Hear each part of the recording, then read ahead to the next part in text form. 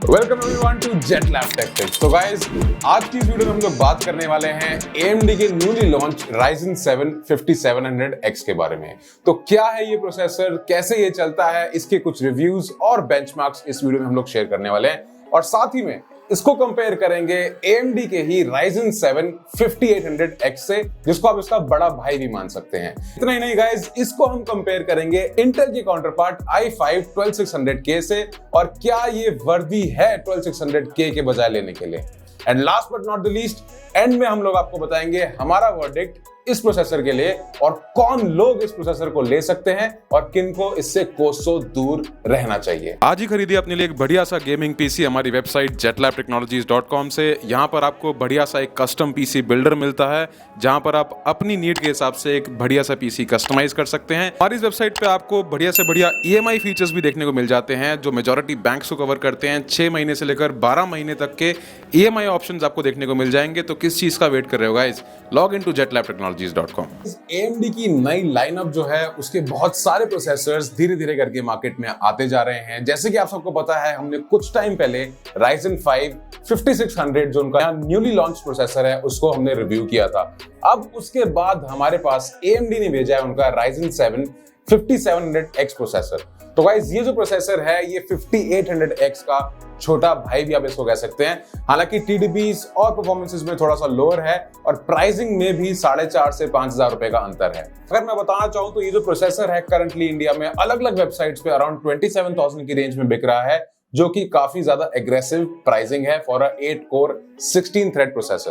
तो ये बताते हुए बहुत दुख हो रहा है कि AMD जो है ये काफी डेस्परेट फील हो रहा है इस टाइम पर, क्योंकि इंटेल 12 जनरेशन है काफी ज्यादा धड़ल्ले से बिक रही है। चाहे उनकी बजट रेंज हो, मिड रेंज हो या फिर हाई एंड प्रोसेसर्स हो, 1200F से लेकर 12900K तक सारे के सारे इनके प्रोसेसर्स बहुत ही अच्छी मार्केट शेयर मेंटेन करके बैठे हैं। अगर आप देखें तो 5600 का जो हमने रिव्यू किया था, 12400F से प्राइस के मामले में काफी ज्यादा ऊपर है और परफॉर्मेंसेस लगभग सिमिलर से ही हैं। अब देखते हैं कि 5700X जो है वो कैसा है एक्चुअली, और उसमें ऐसा क्या अलग है जो 27,000 रुपए देके आप वो प्रोसेसर खरीदें। पर नजर लगा लेते हैं गाइस AMD के न्यूली लॉन्च जो उनके प्रोसेसर्स हैं उनकी पूरी चार्ट पर। तो यहाँ पर आप देख सकते हैं कि यहाँ पर आपको Ryzen 7 5700X जो उनका प्रोसेसर आज हम रिव्यू करने वाले हैं, वो बाकी सारे प्रोसेसर्स जो 5000 सीरीज के Zen 3 टेक्नोलॉजी के ऊपर बेस्ड है, ये वाला भी Zen 3 टेक्नोलॉजी आर्किटेक्चर के ऊपर बेस्ड एक प्रोसेसर है। तो इसमें आपको वही 8 कोर और 16 थ्रेड्स देखने को मिलेंगे। अगर फ्रीक्वेंसीज की बात करें तो base clock frequencies around 3.4 gigahertz की है और बूस्ट क्लॉक फ्रीक्वेंसीज 4.6 गीगाहर्ट्ज की है। इसके अलावा टोटल कैश मेमोरीज की बात करें तो अराउंड 36 MB की टोटल कैश मेमोरीज हैं और TDPs जो है इसकी कन्वेंशनल जो 5800X है उससे ऑलमोस्ट हाफ है। 65 वॉट्स की TDP के साथ ये वाला प्रोसेसर आपको देखने को मिलेगा एंड इसमें आपको किसी भी तरह का कोई भी कूलर देखने को नहीं मिलेगा। हालांकि काफी हॉट रनिंग प्रोसेसर तो ये नहीं है, तो इसके साथ आप कोई भी after market air cooler easily लगा सकते हैं। आपको 1500 से लेकर 2000 रुपए तक का मिल जाएगा। और ये जो हम रिव्यू भी करेंगे उसको एक एयर कूलर लगाकर ही करेंगे, ताकि एक रियल लाइफ बेस्ड सिनेरियो हो जिसमें आप चेक कर पाएं कि एक्चुअली टेम्परेचर्स क्या रहते हैं अगर आप एक आफ्टर मार्केट एयर कूलर के साथ जाते हैं विद द Ryzen 7 5700X। इतना ही नहीं गाइस, ये जो प्रोसेसर है AMD इसको अपने पुराने मदरबोर्ड्स के साथ भी कंपैटिबल करेगा। मतलब कि जैसे कि आप AMD के 300 सीरीज या 400 सीरीज के मदरबोर्ड्स अगर पहले से यूज करते आ रहे हो, तो ये जो प्रोसेसर है ये उनके साथ भी कंपैटिबल रहेगा। हालांकि 5800X से काफी लोअर TDPs हैं, परफॉर्मेंसेस में भी काफी अंतर आएगा। अगर आप पेरिफेरल्स की बात करें तो 5800X में जैसे आपको महंगे महंगे बड़े बड़े पेरिफेरल्स लगाने पड़ते हैं, चाहे आपका आफ्टर मार्केट लिक्विड कूलर्स हो जाए या मदरबोर्ड्स हो जाए, इस प्रोसेसर के साथ आपको किसी भी हाई एंड आइटम की जरूरत नहीं पड़ेगी। तो मुझे लगता है कि AMD ने कोशिश करी है कि बजट सेगमेंट में कहीं ना कहीं जिनका बजट टाइट है but they want an 8 core and 16 thread processor, वो इस प्रोसेसर को यूज कर पाए। बट अगर आप इसके काउंटर पार्ट इंटेल की बात की जाए तो उसमें कौन से ऑप्शंस देखने को मिलेंगे आपको। तो गाइस, सिंपल सी बात है, इंटेल का i5 12600K एक प्रोसेसर है, 25,500 रुपए का आपको मार्केट में देखने को मिल जाएगा। वो इससे कहीं ज्यादा बेटर परफॉर्मिंग है और उसमें आपको इंटीग्रेटेड ग्राफिक्स भी देखने को मिलते हैं। सिर्फ इतना ही नहीं गाइस, इंटेल का 12600KF एक ऐसा मॉडल है जो आपको और भी ज्यादा सस्ते में मिल जाएगा अगर आप एक नॉन इंटीग्रेटेड ग्राफिक्स वाला एक प्रोसेसर ढूंढ रहे हो। तो 12600KF सस्ते में बेटर परफॉर्मेंस देने के केपेबल है। गाइस, ये तो हम लोगों ने बात कर ली कि थ्योरेटिकली या फिर as claimed by the respective companies ये प्रोडक्ट्स कैसे परफॉर्म करते हैं। बट एक बार हम लोग भी अपनी संतुष्टि के लिए इनको गेम्स में टेस्ट कर लेते हैं और साथ ही में CPU बेंचमार्क्स भी देख लेते हैं कि 5700X के as compare to other processors वो कैसे रहते हैं। तो आइए गाइस, चलते हैं बेंचमार्क्स की तरफ और बात करते हैं सबसे पहले गेमिंग बेंचमार्क्स की। इस पूरे बेंचमार्क सेटअप के लिए हम लोग जो यूज करने वाले कंपोनेंट्स वो होंगे ऑब्वियसली AMD का Ryzen 7 5700X processor, 8 core 16 thread का प्रोसेसर है। इसके बाद अगर बात करें ग्राफिक कार्ड की, तो उसमें हम लोग जा रहे हैं AMD के ही Radeon RX 6800 से। काफी प्रीमियम ग्राफिक कार्ड है ये, ताकि हमें गेमिंग में बेस्ट टू बेस्ट परफॉर्मेंस मिल सके। इसके बाद अगर रैम की बात करें तो 16GB रैम है, और जो मदरबोर्ड है we are going MSI B550 Pro VDH Wi-Fi motherboard. इसके अलावा NVMe SSD के साथ जा रहे हैं 500GB। सो गाइस, अगर साइबरपंक की गेम प्ले की बात करूं तो इससे बेटर गेम प्ले मुझे आज तक कभी नहीं देखने को मिला साइबरपंक का। मतलब अगर मैं पर्सनली कहूं तो मुझे मजा आ गया इसको खेलते हुए। जिसकी बात करें तो 1080p मीडियम सेटिंग्स पर 5700X में हमें अराउंड 165 FPS देखने को मिले।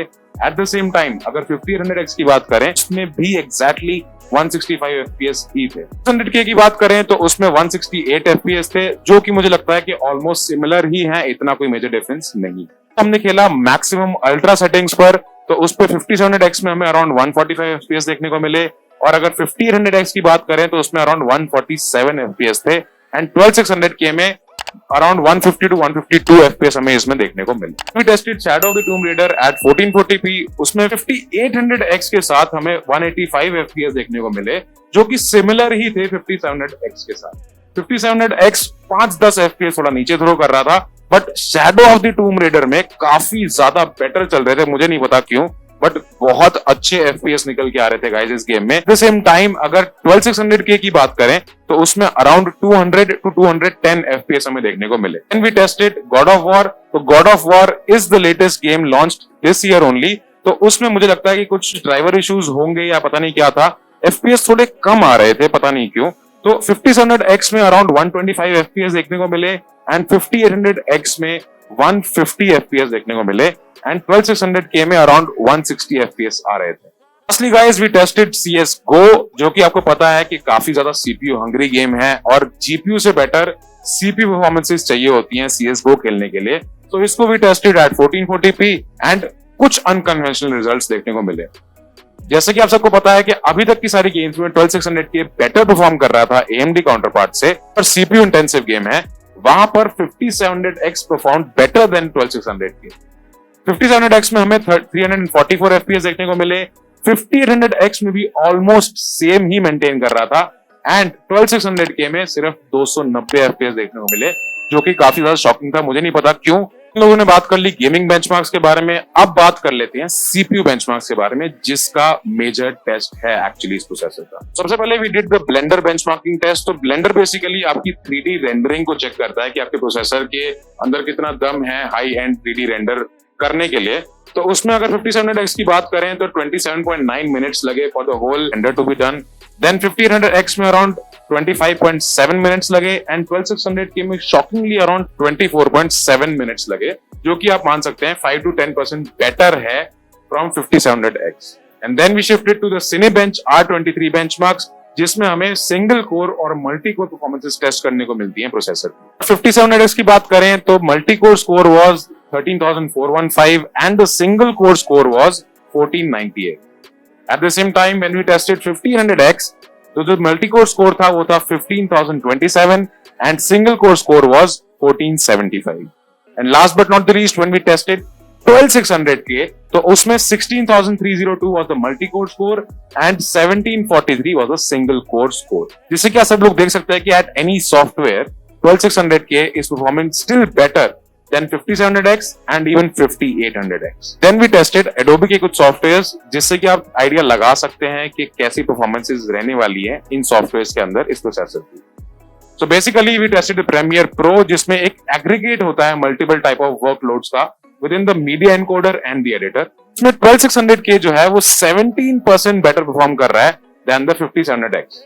5700X scored 793, 1500X scored 849, and 12600K scored around 900 points in this test. We tested the Adobe Photoshop test, जो कि बताता है average point scored against transform, warps, saves, scales, filters and many more. So basically 5700X में हमें 1098 score देखने को मिला, 5800X में हमें 1118 स्कोर देखने को मिला, एंड 12600K में 1129 स्कोर देखने को मिला. That was again better than the 5700X. We tested the CPU mark test, जो एक overall performances देता है आपके CPU की under various other performances benchmarks. तो एक ओवरऑल स्कोर निकल के आता है जो कि है अराउंड 246315, जो कि काफी अच्छा स्कोर आप मान सकते हैं. एंड लास्टली सिंगल कोर और मल्टी कोर टेस्ट करने के लिए we again tested the CPU Z test, जिसमें 5700X scored quite decently. That was around 6169 for the multi cores and 646 for the single cores. आप लोगों ने बेंचमार्क तो आप देख ही लिए होंगे और इतना तो आपको समझ आ गया होगा कि भाई 5700X जो प्रोसेसर है वो इतना भी कुछ खराब नहीं. हालांकि it is too late for AMD to launch such a processor, क्योंकि 5800X की ऑलरेडी एक मार्केट है. तो या तो 5700X बिकेगा या 5800X बिकेगा. AMD दोनों को एक साथ नहीं बेच सकता किसी भी समय. एट द सेम टाइम अगर उसको 12600K से कंपेयर किया जाए तो दो अलग अलग स्टोरीज. एक तो 12600K की परफॉर्मेंस है गेमिंग बेंचमार्क्स में और एक है उसकी CPU बेंचमार्क. तो CPU बेंचमार्क की अगर बात करें तो 12600K चाहे 5700X हो या 1500X हो, दोनों से 10 से 15% इजिली ऊपर ही.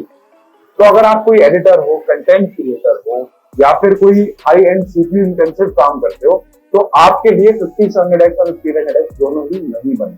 2600K is the right option for you, चाहे आप किसी भी लेवल का कोई भी CPU इंटेंसिव काम करें.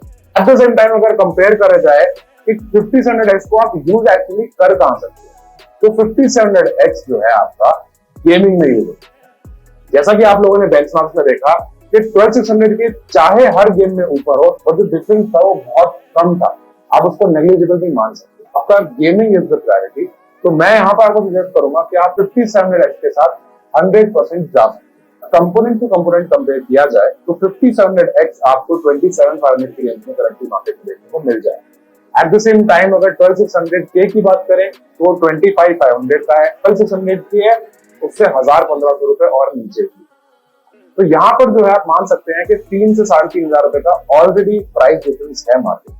बट अगर इनकी एक्सेसरीज जो इनके साथ कंपोनेंट्स लगते हैं वो दो मेजर ऐसे कंपोनेंट्स हैं जो वेरिएशन कर सकते हैं. पहला तो आपका होगा मदरबोर्ड और दूसरा होगा आपका कूलर. 5700X के साथ आपको कोई भी हाई एंड कूलर की जरूरत नहीं है. आप एक 1500 रुपए का एयर कूलर जैसे हम लोगों ने लगाया था वैसे ही आप भी लगाकर अच्छी खासी लेवल की गेमिंग कर सकते हो. टेम्परेचर्स काफी ज्यादा अंडर कंट्रोल.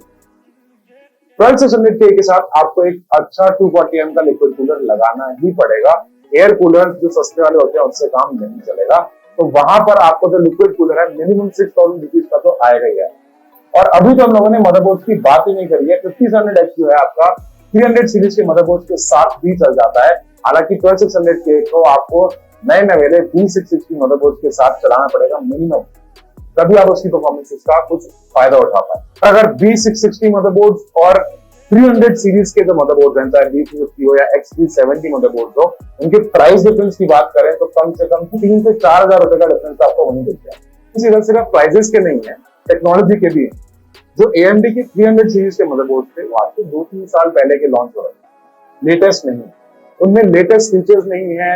आपको PCI Gen 3 सपोर्ट मिलेगा और बहुत सारी चीजें ऐसी हैं जिनके साथ आपको कॉम्प्रोमाइज करना पड़ेगा. एट द सेम टाइम अगर इंटेल की बात करो तो everything is latest. In fact Intel के 12600K के साथ फ्यूचर में आने वाले टाइम में आपका मन करे तो DDR5 कंपैटिबिलिटी भी ले सकते हैं. तो जो फ्यूचर प्रूफ जिसको आप कहते हैं वो तो इंटेल ही है. AMD 5700X बिल्कुल भी फ्यूचर प्रूफ नहीं. अब मैं बताता हूं कि AMD ने एक्चुअली ये लॉन्च किया किसके लिए. तो वो लोग जो AMD के पुराने कस्टमर्स हैं, मतलब AMD ने जिन्हें ऑलरेडी सामान बेच रखा है अपना, जो ऑलरेडी AMD के पुराने प्रोसेसर्स को यूज कर रहे हैं और उनके पास 300 सीरीज या 400 सीरीज के मदरबोर्ड्स हैं, वो लोग 5700X को यूज कर सकते हैं as an upgrade to their processor. तो AMD जो है वो नए प्रोसेसर्स लॉन्च कर रहा है ताकि जो उनका पुराना कस्टमर है वो मेंटेन रहे, वो कहीं और इधर उधर ना जाए, क्योंकि उसके पीसी बिल्ड को हुए कम से कम 2-3 साल तो हो गए. तो जो कस्टमर पुराना बना है उसको नया प्रोडक्ट दे दो, ताकि उसको कुछ और फालतू एक्सपेंस ना करना पड़े पूरा सेटअप चेंज करने के लिए।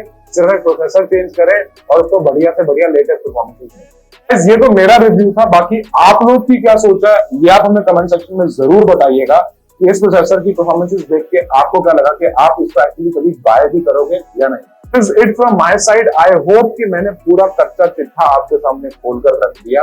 आपको ये चीज समझ आई होगी, आपको पता चल गया होगा कि भाई 5700X को लेना चाहिए आज के टाइम में कि नहीं। Thank you so much guys for watching this video.